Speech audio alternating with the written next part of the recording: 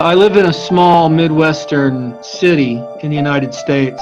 I've worked as a teacher for a while. I have a college degree. I'm a college graduate. I'm an artist, a writer. I've written a number of books. In about 2010, I started having some difficulties with paranoid thoughts, anxiety. I went to the local mental health center here. The professional diagnosed me with an illness they called schizoaffective personality disorder, which is not really a form of schizophrenia. I was assured that I could be helped by a combination of drugs manufactured by a company called Janssen Pharmaceuticals. One of them was called risperidone, and the other was called Invega Sustenna.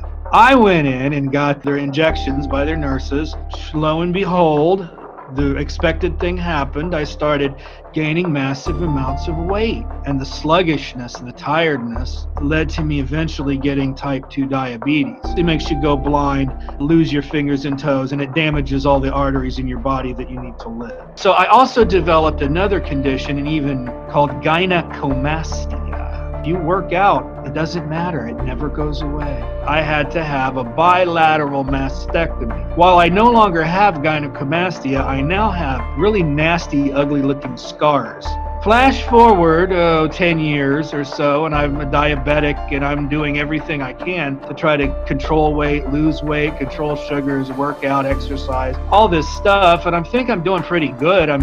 Was going to go get plastic surgery to try to correct the scars on my chest. Plastic surgeon said, well, first I want you to go get checked out by a cardiologist. He said, well, I'd like you to have a catheterization. Went to a cardiac surgeon. He gave me the catheterization. When I woke up from it, he was like, well, everything looked fine except for the fact that you had an 80% blockage in literally the most serious artery going to your heart. And if it had been 100%, I would have had what was called the widowmaker heart attack. And only 7% of people that have the widowmaker heart attack survive. So from risperidone and Invega being injected into me, what I got from this in life, this wonderful help from the mental health center, was type 2 diabetes, coronary artery disease, which almost killed me, and disfiguring gynecomastia. Diabetes, heart disease, and early death must just be the price you pay for good mental health.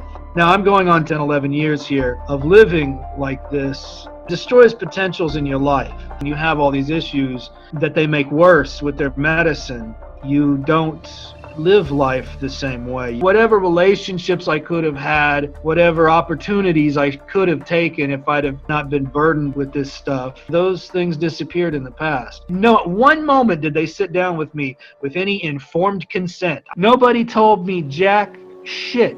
They do not fucking care, man. I just trusted them. Never trust them. These people don't understand, and they're not being warned that these drugs will physically lead to their death. And at this point, I feel like essentially they've stolen life from me. The chances are I'm going to die young. I don't feel physically well. As far as psychiatry, I have not one single thing good to say about the psychiatric or the mental health industry. They are total fucking monsters. I hope that their industry is either reformed or is completely obliterated. I would tell people in the psychiatric industry, if they have any moral or ethical sense, to really examine what they're doing and ask themselves if this is what they really want to be a part of, because these people literally are responsible for the deaths of the people that they're supposed to be helping.